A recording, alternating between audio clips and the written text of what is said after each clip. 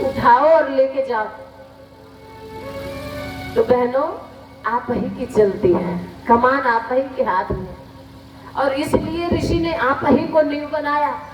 बस अपनी नींव को संभाल लीजिए, सब कुछ आप ही का है, आप अपनी नींव को संभाल लीजिए। अगर वो आज एक नारा हम लोग लगाते हैं, नर और नारी एक समान, नारा बड़ा जोर में लगाते हैं, और वो अक्षर से देखा जा रहा है, लेकिन थोड़ा सा बदल के देखा जा रहा है। अक्षर से आज ऐसा हो रहा, नर और नारी एक समान।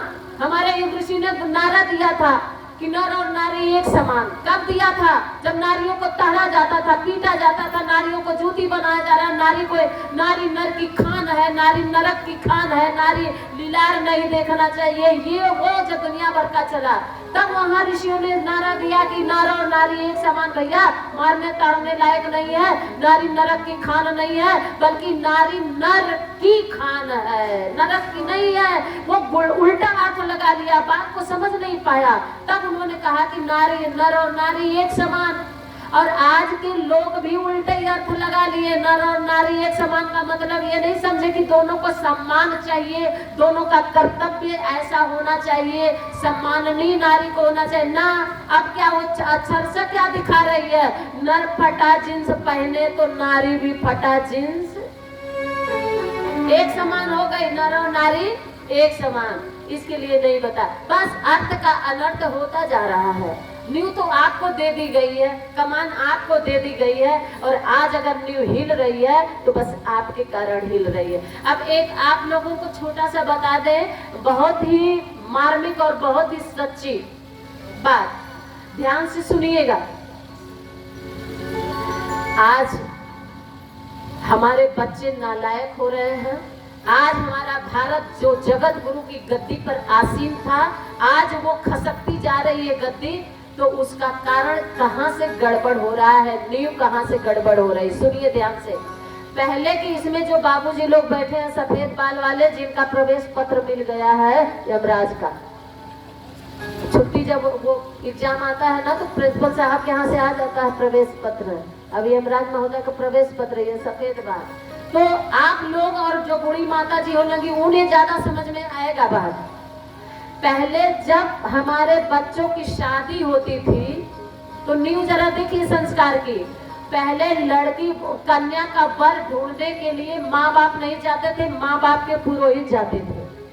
मतलब हमारे कुल गुरु जो होते थे, पुरोहित जो पंडित जी होते थे, ब्राह्मण देवता, वो जाते थे वर ढूंढने कन्या के लिए। वो जानते थे कि इस कन्या के, हमारे यजमान की बिटिया के, कन्या के योग वर कौन है, और वो ढूंढ करके वर लाते थे। उससे शादी होती थी, माँ बाप नहीं जाते थे।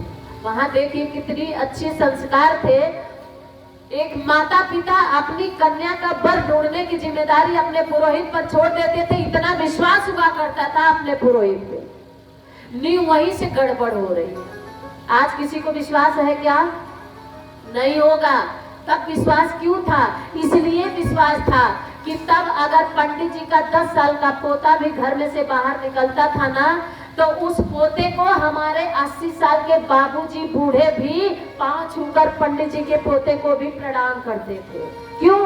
क्योंकि वो पंडित जी का पोता है, इतना सात्विक पोता भी है। और आज 80 साल के पंडित जी घर से निकलते हैं तो 10 साल का आपका बेटा भी प्रणाम नहीं करता है। क्यों? क्योंकि उसे पता है कि आज के पंडित जी मुंह में गुटखा भरे होंगे, आशीर्वाद भी देने के योग्य नहीं है। आज न्यू यहीं से गड़बड़ हो रही है। देवता जो बताए गए, धरती के देवता, आज देवता ही गड़बड़ हो गया।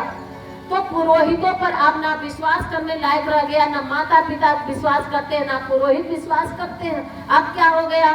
तो जब आया थोड़ा सा अब मॉडर्न जमाना आया, तो पिता देखने लगा लड़की को वर, और पिता जब लड़की को वर देखने जाने लगा तो उसी के देखने पे शादी हो जाती थी, माता नहीं जाती थी।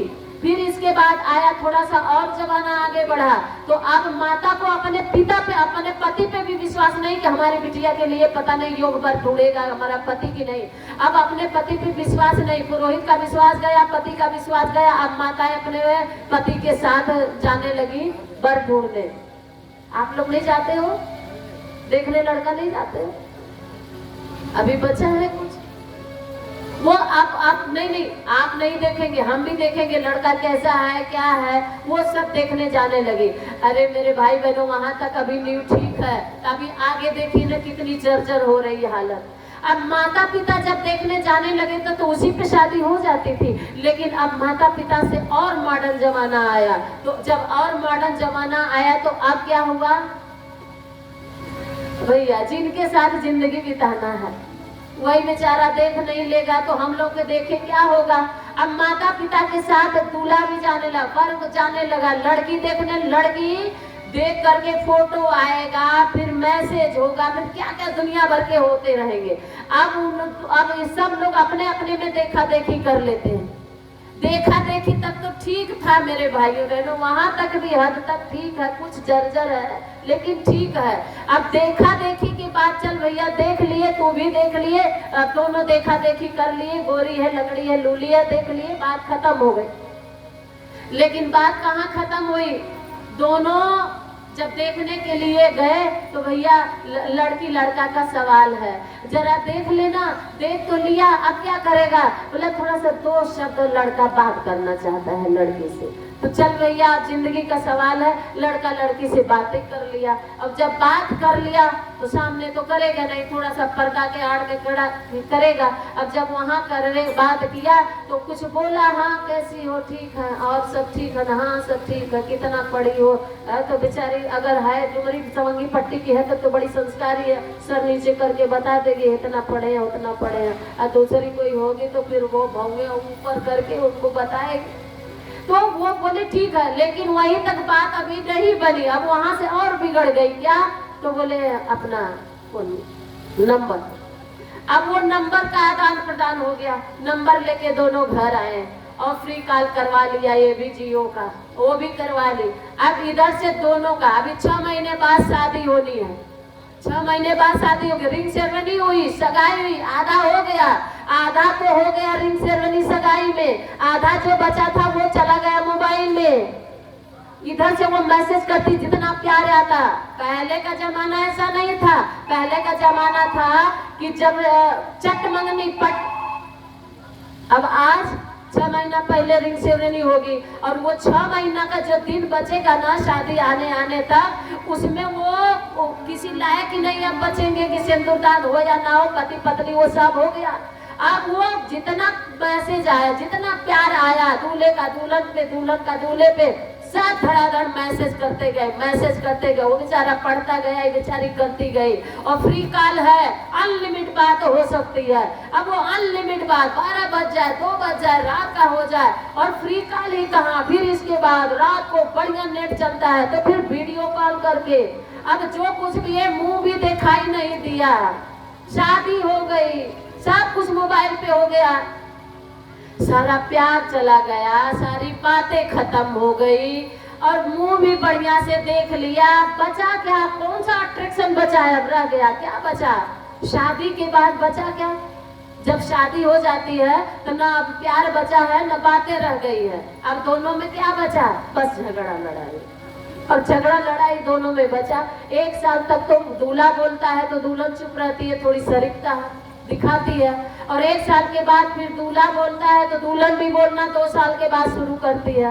पहली बार तो जब सगाई हुई तब तो बोला तुम तो मेरी चंद्रमुखी हो, अब धीरे धीरे देखिए सूर्यमुखी से ज्वालामुखी कैसे बनती जाती है। अब वो धीरे धीरे बढ़ती गई। 2 साल बाद दोनों बोलने लगे, पहले दूल्हा बोला तो दुल्हन सुनती रही, फिर 2 साल के बाद दोनों बोलने लगे, और 5 साल आते आते दोनों चुप हो गए, दोनों के तरफ से वकील बोलने लगे। अब जब दोनों की तरफ से वकील बोलने लगे तो बात कहाँ तक चली गई, अब आप तो आप समझ ही गए होंगे। ये क्या है? ये न्यू है, और पहले ऐसा नहीं होता था, पहले ऐसा होता ही नहीं था। पहले शादी होती थी तो बंदरी को सिंदूर पड़ा कि किसको पड़ा वो दूल्हा देखता ही नहीं था, वो बेचारी इतनी लपेटी रहती थी, मड़वा में जब लड़की आती थी ना तो इतनी